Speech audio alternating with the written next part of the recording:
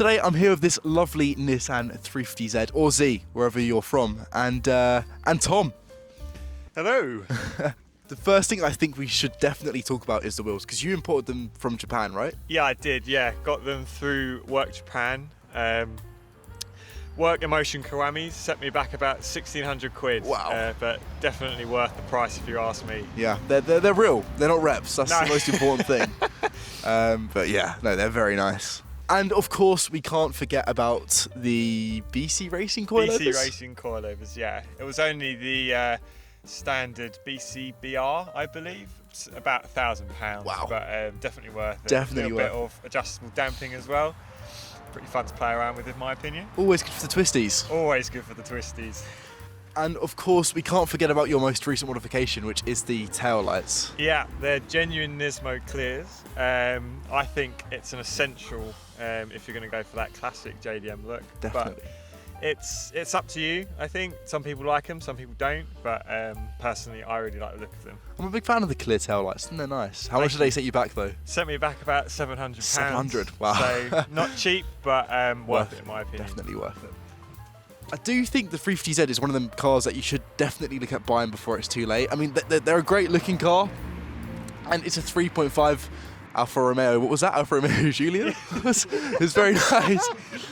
As I was saying, it's a very good looking car, and it's a 3.5 litre V6. So what's there not to love? Of course, we have to talk about that 3.5 litre V6. I mean, have you done much to it, or? No, nothing crazy. Only really the air intakes. On this engine, there's two because it's the HR motor, which I believe is the one that everybody That's wants. the big boy, yeah. Produces a little bit more power, but otherwise, yeah, not done much to it as of yet. How much power is it pushing?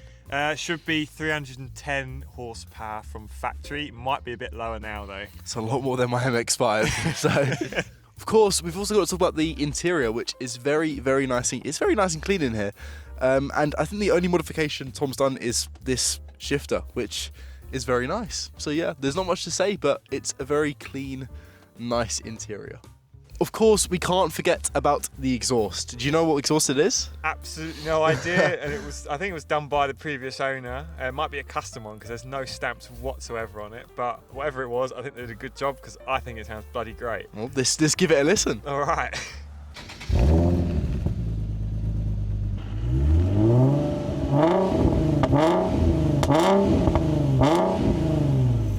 I'm a big fan of the VQ engine. I think it sounds pretty good, but I know it's like Marmite, you either love it or you hate it, but it's a V6. So Tom, how much did this car set you back altogether? Sent me back a little under £5,000. I have had it for about 4 years though, so I assume the value should be a bit different now. Yeah. No. It wasn't perfect when I got it, but I'm working on making it better now. No, it's definitely, I feel like five and a bit for a just under 5 for a 350z in the UK is pretty good going. So yeah, should we go for a drive? Of course, let's have a go for a drive. So Tom, Yeah. the Nissan 350z. Yeah. Tell me some things you hate about it. What's some things that really grind your gears? Oof. I mean, with this car in particular, I have to say it was my own fault when I bought it, but there are quite a few little knick-knacks, little things wrong with it. Yeah. There's plenty of dents, there's quite a few rattles, but it's all fixable, it's all replaceable. fixable. I mean, the benefit of this car is that there's plenty of aftermarket support. There's always things you can buy, always things you can replace, but it's just whether you've got the money to do it, unfortunately. I think that's probably one of the biggest drawbacks of this car, is that it's not really that cheap to fix things. No, but then again, is any car? No, I think the older they get as well, the harder it is to find parts. In terms of I know one thing about the 350z is the MPG. What is the gas like? That's a good question. The fuel consumption. I think the fuel consumption you get very much depends on how heavy your foot is. I see, to be right. honest.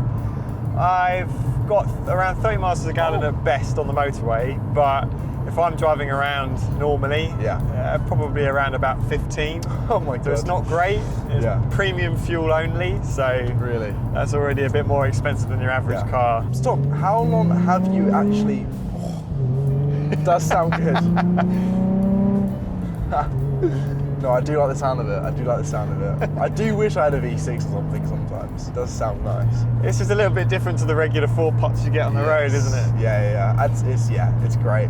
So obviously you've owned it for around 4 years now, right? Yeah, nearly it'll be 4 years in May coming up. So what's them 4 years been like? It's been up and down. Yeah. I mean, I haven't done as much of the car as I really wanted to, but I've driven it, and that's what I really wanted to do. I bought it to drive it. Yeah. Like I said before, I didn't buy it perfect. I bought it to fix it up, and I've tried my hardest to do so. It's definitely getting there. Yeah, I think slowly but surely. Yeah. I've got a few things in the works. Got a body kit coming. Nice. What body kit is it? It's a KBD Vertex replica kit. I didn't necessarily want to go fiberglass because I thought that I'd probably destroy it within a matter of minutes. But no, I'm quite pleased to see how it's going to go. Yeah. It's just, again, more money, more time to put away. I'm going to try and do it myself, but we'll see how it goes. It'll be worth it. It will. It'll be worth it in the long run. You've owned it for 4 years. It's been good. What are some things you love about it? I mean, the sound. I mean, it's just a brilliant car to listen to. Yeah. Sometimes you just turn the music off, and you just listen to that VC. And it's always got a bit of poke to it. I mean, I know there's faster cars out there. There always have been, there always will be. But it's not enough to kill you. But it's enough to give you a little bit of an excitement.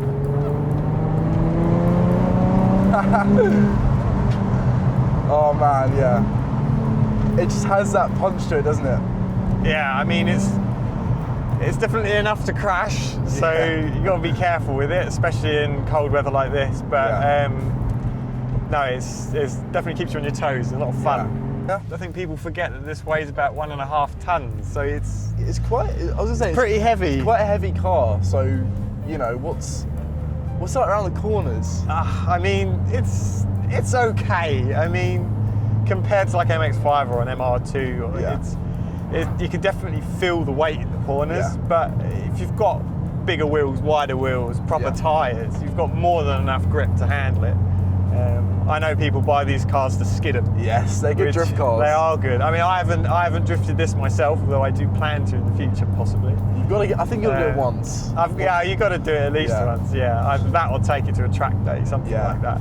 Yeah, track day would be fun in this car. I feel like it's you'd be able to push it a little bit more outside of B roads and kind of not test it to its limits, but definitely give it a run for its money. Yeah, because I'd say that is probably a negative side to this car, is that you're edging on that zone where it's too fast for the road. Yeah. That's one thing I do like about my MX-5 is that I can push it and I'm not too scared, or I'm not breaking the speed limit. Whereas I feel like if you pushed it in something like obviously this, there's always that risk. It's a little bit more risky. Yeah. You're playing with fire a little bit more, but. Definitely, especially if you're an inexperienced driver or a young driver like myself. I mean, I'm not going to brag I'm a Michael Schumacher or a Lewis Hamilton, but no, it's brilliant fun to drive. Yeah. So obviously, it seems like a pretty. You've got 2 seats. There's not that much space. No kids in the back of this one. No kids in the back. But in terms of practicality, how is it?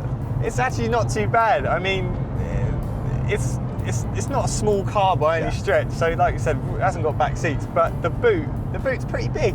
There is a big support strut in the back. That must be quite annoying, right? It is quite annoying. It does restrict you on boxes or transporting things. But if you've got a lot of soft luggage like bags and things, it's not too bad. But it's all in the name of stability. Being a little bit more lively in the car, a bit more spirited. So it's not the end of the world. But yeah, it's still more than practical to take on a weekend trip. Something like that. Yeah, you could definitely.